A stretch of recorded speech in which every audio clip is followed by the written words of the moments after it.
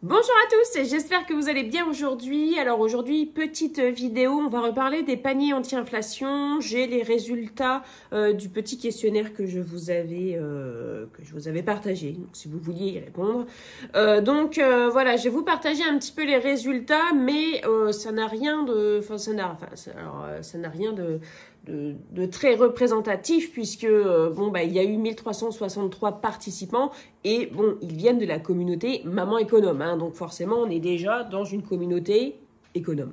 Voilà, il y a eu 1363 participants et je vais vous dire voilà quelques petits chiffres. Alors cette vidéo-là, c'est pas, moi je ne suis pas un média d'information, c'est vraiment juste pour discuter. Il y a peut-être des choses que je vais vous dire dans cette vidéo-là et vous ne serez absolument pas d'accord avec et il n'y a pas de problème. Hein. Il y a peut-être aussi des choses que je vais vous dire que j'ai lues sur Internet. J'essaye de faire attention à ce que je lis, à bien regarder les sources, à pas raconter des bêtises, mais peut-être que j'en raconterai. Donc c'est pour ça que je vais pas trop en dire non plus. Mais voilà, donc si jamais vous avez des choses à ajouter, hein, pas de souci, hein, comme d'habitude dans les commentaires, mais calmos sur l'agressivité, hein, parce que parfois il y en a, ils sont un petit peu champions. Donc voilà, on commence tout de suite. Donc sur 1363 participants, la grosse majorité, plus de 80%, a vu le prix de ses courses mensuelles augmenter. Donc il y avait plusieurs choix. On pouvait choisir plus de 50 €, entre 50 et 100, entre 100 et 150, entre 150 et 200 et plus de 200. Mais je ne peux pas vous donner tous ces chiffres, enfin je peux pas vous donner un pourcentage parce que étant donné qu'il y a des gens qui vivent seuls, il y a des retraités, il y a des étudiants, il y a des énormes familles, il y a des très grandes familles, il y a des petites familles. Voilà, c'est pas très représentatif. Donc voilà, je vous dis, la majorité a quand même vu le prix de ses dépenses alimentaires mensuelles augmenter. Hein. Ça ne surprend absolument personne. Coucou, c'est la Clémence du montage. Je veux ajouter une petite chose qui est très très importante. Dans ce pourcentage de personnes dont le budget n'a pas augmenté, c'est parce qu'ils n'ont pas le choix en fait. Ils ne peuvent pas augmenter leur budget. Donc, bien évidemment, pour eux, les prix augmentent. Seulement, ils ne peuvent pas augmenter leur budget course puisqu'ils n'ont pas suffisamment d'argent. Donc, il y a quand même un pourcentage, là, dans ces 1363 personnes qui sont obligées de se priver de certaines choses puisque le budget ne leur permet pas. Et ça, je voulais l'ajouter à la vidéo, c'est très important. La majorité des gens qui ont répondu ont un travail, soit sont salariés, soit sont indépendants. Ensuite, il y a une toute petite, un tout petit pourcentage d'étudiants, un plus petit pourcentage de retraités et il y a 24%, je crois, de personnes qui sont sans emploi. La majorité des personnes qui ont répondu ont des enfants, donc il y a des familles monoparentales avec un enfant, il y a des familles monoparentales avec plusieurs enfants, il y a des familles biparentales avec plusieurs enfants, des familles biparentales avec un seul enfant, et voilà. Mais majoritairement, ce sont quand même des familles biparentales avec plusieurs enfants, et majoritairement, les gens font leurs courses uniquement, voire majoritairement, en grande surface. Donc voilà, là, les bases sont un peu posées. Et donc, vous pouviez choisir jusqu'à 20 ingrédients maximum à mettre dans ce que vous imagineriez dans votre panier anti-inflation. Et donc là, on va reparler de ce panier anti-inflation. Donc le gouvernement discute avec les grandes surfaces pour mettre en place des paniers anti-inflation, donc qui auraient une vingtaine de produits. Alors maintenant, ils parlent que ce serait un petit peu plus, hein, parce qu'ils se rendent bien compte que 20 produits, c'est pas suffisant. Donc le but, ce serait de proposer des produits de la vie courante à bas prix.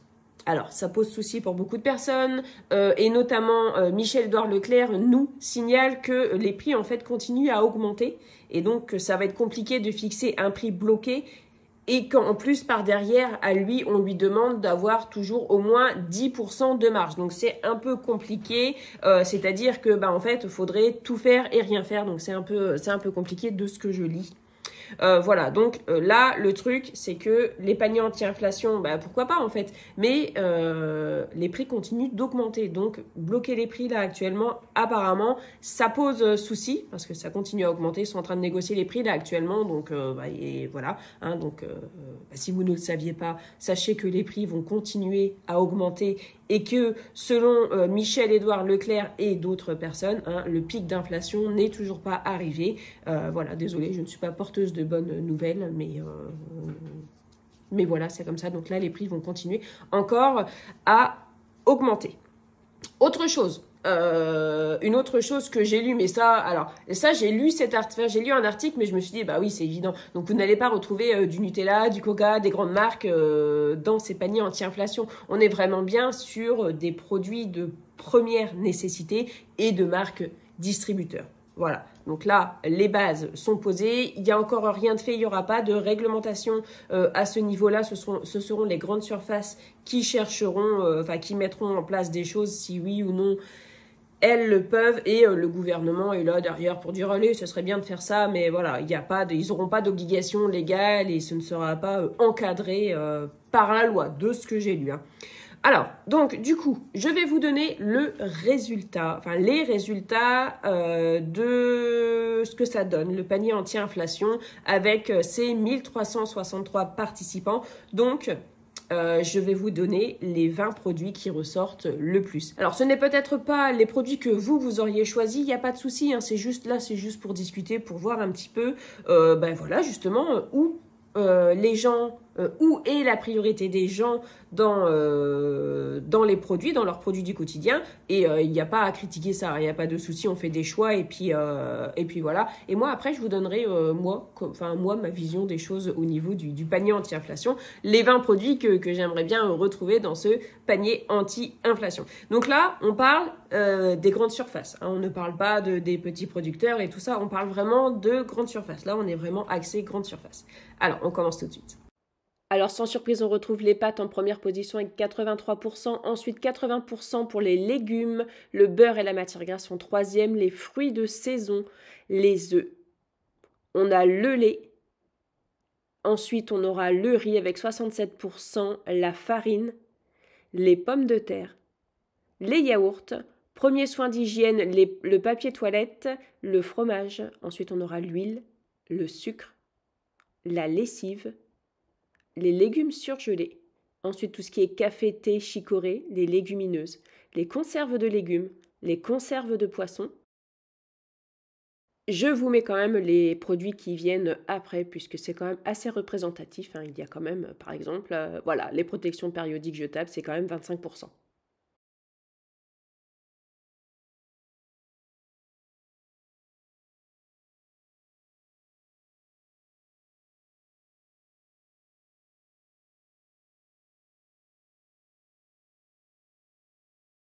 Ok, désormais je vais vous parler des 20 produits que moi j'aimerais retrouver dans le panier anti-inflation. Les pâtes, le riz, les légumineuses, le thé, café chicorée, les conserves de légumes, les conserves de poissons, la farine, les œufs, l'huile, les épices et condiments. Le savon de Marseille, le beurre, les pommes de terre, les fruits de saison, les légumes de saison, le dentifrice, le shampoing, le sucre, les céréales et les fromages courants. Et voilà. Alors moi, je rappelle qu'il est important en fait de savoir que les gens choisissent où ils mettent leur argent. Et aussi se dire que, toujours pareil en fait, avec tel produit qui serait à prix bloqué, hein, c'est du conditionnel, qu'est-ce que je pourrais faire ? Voilà, par exemple, le premier ingrédient qui ressort rapidement, ce sont les pâtes. Mais alors, pourquoi les pâtes ? Parce que les pâtes, déjà, c'est hyper rapide. Tu sais pas quoi faire à manger, tu fais des pâtes. Tu peux les agrémenter. Si tu as des légumes, si tu as une sauce tomate, tu peux faire des pâtes à la sauce tomate. Le lendemain, tu peux faire des pâtes aux gruyères. Enfin, on parle pas là de manger toujours des pâtes, mais on se met quand même un petit peu dans le cas de c'est hyper la dèche, j'ai plus aucune thune.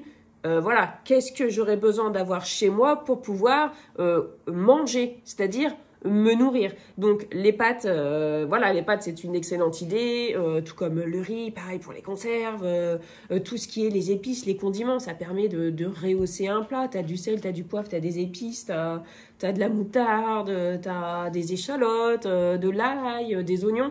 Tu peux faire quand même beaucoup de choses. Donc voilà, c'est surtout des produits super simples qui, cuisinés tous ensemble, font des trucs super bons et qui te permettent de garder un équilibre et surtout te permet de ne pas crever de faim. Voilà les amis, j'espère que cette petite vidéo vous aura plu. Dites-moi ce que vous en pensez dans les commentaires. Et voilà, on se retrouvera très bientôt pour discuter donc de ces produits et de ce qu'on peut faire avec tous ces produits parce que c'est quand même super important en fait. C'est bien beau d'avoir des produits d'avance pour au cas où, mais il faut encore savoir quoi en faire. Je vous fais des gros bisous et à bientôt.